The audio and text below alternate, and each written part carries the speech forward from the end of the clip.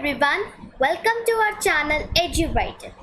आज की वीडियो में हम लोग करने वाले हैं क्लास 7th की chapter number 3 data handling from the NCERT. So this chapter ये चैप्टर कुछ ज़्यादा नया नहीं है, हम लोगों ने ऑलरेडी इस टाइप की चीज़ें करी हुई है।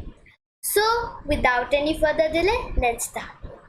So this is the welcome to the lecture 1 for the data handling class 7. What are we going to learn today? So today we are going to learn the 3 topics, which is introduction of data, collecting data and organization of data. तीनों के तीनों topics बहुत simple है, मैं आपको आसानी से easily बताऊंगी। Okay? So first is introduction of data. In various fields, we need information in the form of numerical figures. Let us look at some common forms of data that we come across. Like, कुछ data है जो हम collect करते हैं, चारों तरफ data है। Now how? Like जब भी आपके एनुअल एग्जाम होते हैं, उनके जो मार्क्स है वो एक डेटा है, जो आपके कितने मार्क्स आए और आप ने कितना स्कोर किया। द अटेंडेंस की वो अटेंडेंस जो आपका है वो एक फॉर्म ऑफ डेटा है। और भी तरह तरह के लाइक यहाँ पर टेम्परेचर का दिया हुआ है, this is the temperature one. So the information shown here is data of temperature. जो इंफॉर्मेशन आपको यहाँ दिखाई है, ये जो डाटा है ये टेम्परेचर का है।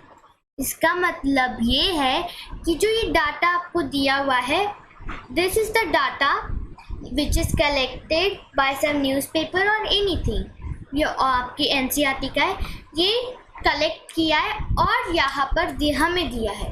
So this is the data जो तरह तरह की जगह से लिया है। Okay, Like in our daily life, we see several kinds of data through newspapers, magazines, televisions and other sources. मतलब बहुत तरह से हम डेटा को अपने चारों तरफ देखते हैं। There are many and many kinds of data. Like example, your performance in annual examination. आपके maths, science, Hindi, English, SST, Sanskrit, जो भी सब्जेक्ट है उसमें आपके कितने मार्क्स आए इन दी एनुअल एग्जाम, कितने आपने और आपके सिस्टर ने समर ब्रेक के टाइम पर कितनी स्टोरी बुक्स पढ़ी, the number of story books, that is also a type of data. Marks scored by students of class 7 in mathematics annual examination. आपकी जो क्लास 7th की आपका जो क्लास 7th है उसमें जो बच्चे हैं उन्होंने कितने मार्क्स स्कोर करे एनुअल एग्जामिनेशन में, तो that is also a data. So data चारों तरफ होता है। Okay, so I hope data का आपको कॉन्सेप्ट समझ आ गया। अब ये जो मैं डेटा कह रही हूँ, इसका एक और एग्जाम्पल लेते हैं। Like consider the given example. Given below are the marks out of 100 in mathematics obtained by 20 students of a class in an annual examination. ये total marks है जो 20 students ने obtain किया है in the annual examination. 23, 75, 56, 42, 70, 84, 12, 61, 40, 63, 87, 58, 35, 80, 14, 63, 49, 72, 66 and 61. So अब ये जो data है ये 20 बच्चों का है जिन्होंने मैथ्स के एग्ज़ाम में आउट ऑफ 100 जो था कितने मार्क्स स्कोर करे हैं। So this data is showing about that. Okay, अब ये जो डेटा में डेटा बार बार बात कर रहे तो एग्जैक्टली है क्या ये data? A collection of numerical facts regarding a particular type of information is called data. अब जो मैं ये येलो बॉक्स में लिख रही हूँ, make sure this is important. ये भी जो है उतना नहीं है, ये जो डेफिनेशन है you might take a screenshot of it तो डेटा क्या होता है? A collection of numerical facts.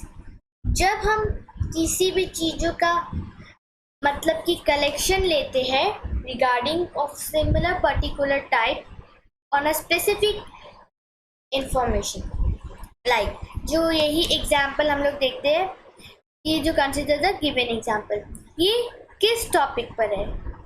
Numerical facts का कलेक्शन होता है ना। अब न्यूमेरिकल फैक्ट्स ये राइट जो मार्क्स आपको दिए हुए हैं, these are the numerical facts. Okay, फिर है regarding a particular type of information. Particular type of information, अब ये जो डाटा हमने कलेक्ट किए किस टाइप पर है? This is on the data collected for the marks obtained by the students in maths which is out of 100. So this is the information, and this is telling us about the data. It is telling about us about the data. Okay, please don't mind my handwriting. Okay, each numerical fact of this type is known as observation. जो हर numerical type है उससे हम observation कहते हैं। Observation हमने already class 6 में भी पढ़ा हुआ है। Okay, so we have completed with one topic, introduction of data. Now let's come to the collecting data. Data का जो कलेक्शन उसे क्या कहते हैं? Collecting data, a data can be collected in the following ways: direct observation, experiments and surveys. Data बहुत सारे चीज़ों में कलेक्ट करते हैं, लेकिन ये बात भी इम्पॉर्टेंट है, before collecting data we need to know what we use it for. किस चीज़ के लिए हम डाटा को कलेक्ट कर रहे हैं, हमें वो जानना ज़रूरी होता है। तो तीन में यहाँ पर दिए हुए: direct observation, experiments and surveys. अब तीनों के तीनों को मैं एक्सप्लेन करती हूँ। डायरेक्ट ऑब्जर्वेशन, अब लाइक सपोज आप दिस आर दी सर्कल्स, मान लीजिए स्टूडेंट्स है, ठीक है, ये स्टूडेंट्स है, टोटल 20 स्टूडेंट्स, 20 नहीं 10 ही कर लेते हैं, जितना मैं सर्कल बना रही हूँ उतने स्टूडेंट्स है। अब इनके स्पेसिफिक, हर स्टूडेंट को स्पेसिफिक मार्क्स इनके मैथ्स के एग्जाम में आए, which is late it be out of 80। तो आउट ऑफ 80 इनके टोटल मार्क्स एग्जाम में आए हैं। So we will see it that how it is exactly going on. तो जैसे कि आपको दिया हुआ है, इतने स्टूडेंट से इतने हम दिए हुए हैं, तो अब डाटा है, अब डाटा हमने कलेक्ट किया है इतने स्टूडेंट्स का। So which is out of 80, let first one be, so first one let it be 78. Okay, let me change the ink color. Yes, 78. फिर इसका मान लो 80 आया है, इसका है 42, इसका है 36, इसका आया है late it B 71 and so on. बाकी बच्चों का देखते हैं। अब ये जो डाटा हमने कलेक्ट किया है, this we can already tell it by direct observation. हाँ, ये इसका ऑलरेडी मार्क्स है। नेक्स्ट है एक्सपेरिमेंट। अब वो हमेशा एक्सपेरिमेंट ये नहीं होता कि जब हम साइंस में केमिकल्स को मिक्स करते तो वो हमेशा एक्सपेरिमेंट नहीं होता है। एक्सपेरिमेंट का यहाँ मतलब है कि हम किसी भी जब डाटा को हम कलेक्ट कर रहे हैं, वो थोड़े हम लोग ऑर्गेनाइज करके कलेक्ट कर रहे हैं, मतलब कि वो यहाँ से डाटा लिया, थोड़ा कहीं उधर से डाटा लिया। Let it take us the वो ही एग्जाम्पल, हाँ ये वाला, ये एक्सपेरिमेंट का एक है। एक टेम्परेचर अहमदाबाद से कभी अमृतसर, बैंगलोर, चेन्नई, दिल्ली, जयपुर, जम्मू एंड मुंबई, और इनके स्पेसिफिक टेम्परेचर ऑलरेडी यहाँ पर दिए हुए हैं। सो ये जो डाटा है ये हमने तरह तरह की जगह से कलेक्ट किया है. So this comes in the category of experiment. Next is surveys. Survey होता है कि हम जब कोई एक चीज बहुत सारे लोगों को देते हैं और जो लोग हमें उसको वो पूरा कंप्लीट करके देते हैं, वो सर्वे होता है. ओके, लाइक जैसे मेंटी हम लोगों ने किया था. Menti is also a type of survey, क्योंकि उसमें मैंने आपको दिया था क्वेश्चन वो और लोगों ने सॉल्व करके मुझे आंसर्स बताए थे. That comes in the category of सर्वे. ठीक है, like Google form. Google form भी ऐसे ही होता है. आप गूगल फॉर्म बना लेता है कोई और वो लोगों को दे देता है कि तुम मुझे ये गूगल फॉर्म कंप्लीट करके दिखाओ. अब जब वो गूगल फॉर्म कंप्लीट करके देते हैं तो फिर जब वो उन्हें मिलता है जो पर्सन ने बनाया था, वो जब हम जिस वे में उससे हम डाटा को कलेक्ट करते हैं वो सर्वे कहते हैं. And this is very important कि before collecting data we need to know that what we would use for it. हम डाटा को जब कलेक्ट करते हैं हमें पता होना चाहिए हम किस पर्पस के लिए कलेक्ट कर रहे हैं उसे. Okay, now let's consider the previous example. Given below are the marks. So now we want to find the lowest marks obtained. अब ये थोड़ा डिफिकल्ट है कैसे करना है. तो लोएस्ट मार्क्स, तो आप क्या कर सकते हो, पहले इसे असेंडिंग ऑर्डर में कर सकते हो. ठीक है, जब असेंडिंग ऑर्डर में कर लिया मैं डायरेक्टली बताती हूँ. तो इसमें जो है 12, तो पहले क्या आ जाएगा 12. 12 is the lowest marks obtain which is the highest marks obtain. So अगर हम देखें यहाँ पर, तो यहाँ पर 84 जो है this is the highest marks obtain. So second one will be 84. The range of the given data. ये टॉपिक हम लोग नेक्स्ट वीडियो में करेंगे. ये range of the given data, range बता देती हूँ. Range equals to highest value minus lowest value. Range equals to highest value minus lowest value. So 84 minus 12 हो जाएगी range. So 4 minus 2 equals to 2 and 8 minus 1 7. So 72 is the range. Okay, range क्या होता है उसको detail में हम लोग next video मतलब लेक्चर 2 में सीखेंगे. Now, why do we collect data? This is a very important topic. You might take a screenshot of it. Why do we collect data? भले ही एग्जाम में नहीं आते, लेकिन ये हमें पता होना चाहिए कि डाटा क्यों कलेक्ट करते हैं. Unless and until you collect appropriate data, you cannot know the desired information. अगर हम appropriate data को कलेक्ट नहीं करते, हमें एक प्रॉपर इंफॉर्मेशन, जो इंफॉर्मेशन हमें चाहिए होता है वो हमें नहीं मिल पाता है. So it is very important to know at which topic we are collecting the data. Okay, like suppose मैं एक एग्जाम्पल देती हूँ. ये प्रीवियस एग्जाम्पल ही है. ठीक है, ये जो है ये हमने डाटा कलेक्ट किया है ना. अब ये जो डाटा कलेक्ट किया है बोले कि डिजायर्ड इंफॉर्मेशन, हमने ये एप्रोप्रिएट डाटा कलेक्ट किया. अगर मैं कहती कि ये जो है इसमें मार्क्स 80 के है, मार्क्स 100 के है आउट ऑफ, तो टॉपिक एक हमने नहीं किया, सब कुछ सेम होएगा ये, लेकिन यहाँ पर आउट ऑफ 100 की जगह 80 अगर हम लोग कर देते, सो व्हाट विल हैपन, जो डेटा हमने कलेक्ट किया है वो डिज़ायर्ड इंफॉर्मेशन हमें नहीं देगा. मतलब जो इंफॉर्मेशन हमें एग्जैक्टली चाहिए वो हमें नहीं मिल पाएगा.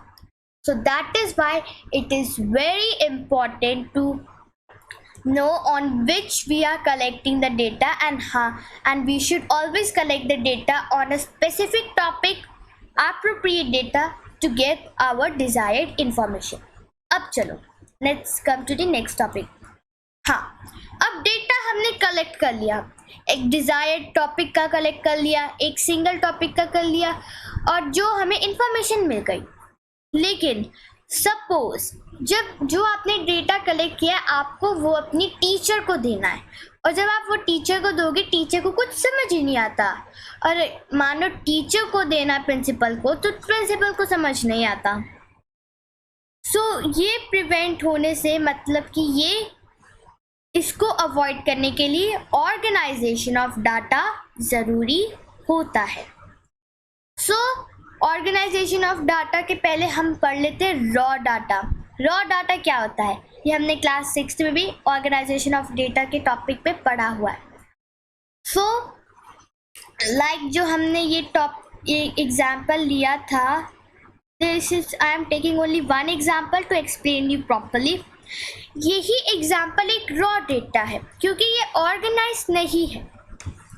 ये कभी पढ़ने में कंफ्यूजन हो सकती है, पूरा अगर आप पढ़े तो कुछ मार्क्स रिपीट हो सकते हैं। तो इससे पता चलता है कि ये जो डेटा है ये रॉ है, मतलब ये ऑर्गेनाइज नहीं है। तो इसे ऑर्गेनाइज करने के लिए हम डिफरेंट मेथड्स फॉलो करते हैं।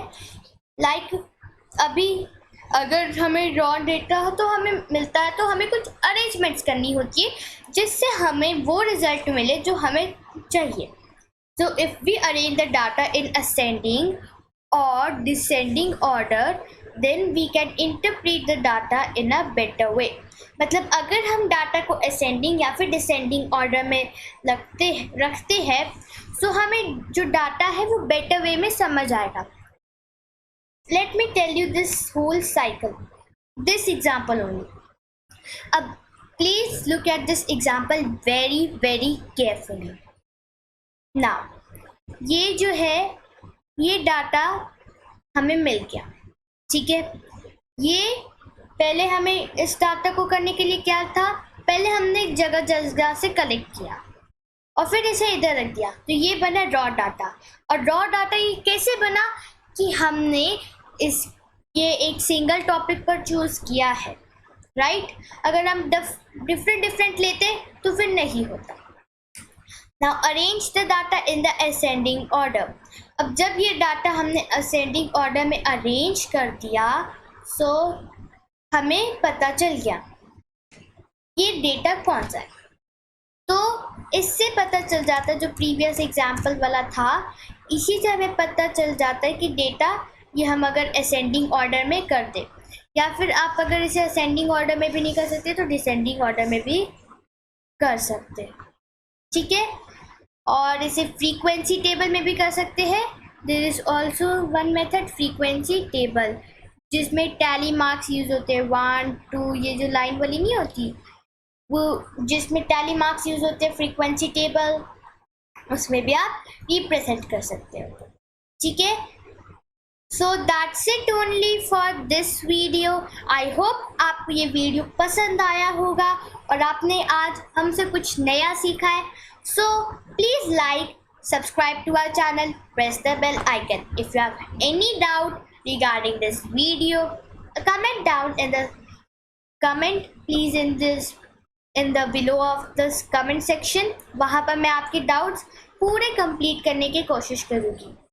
And before I end the video, I want to tell कि मैंने Facebook और Instagram पर कुछ पूछा है, so please go and check out and please answer me that question कि अभी मैं मैथ्स का ही डाल रही क्योंकि मैथ्स बहुत लोगों को डर लगता है मैथ्स से, इसलिए मैथ्स की ही अभी कंटेंट डाल रही हूँ। लेकिन आपको जिस सब्जेक्ट का कंटेंट और चाहिए except maths, you can tell me in the comment of this video और you can tell me in the Instagram ID or the Facebook। So thank you everybody for watching this video। I hope you liked it। I will meet you in the next topic with another topic of this chapter। Till then, take care and bye।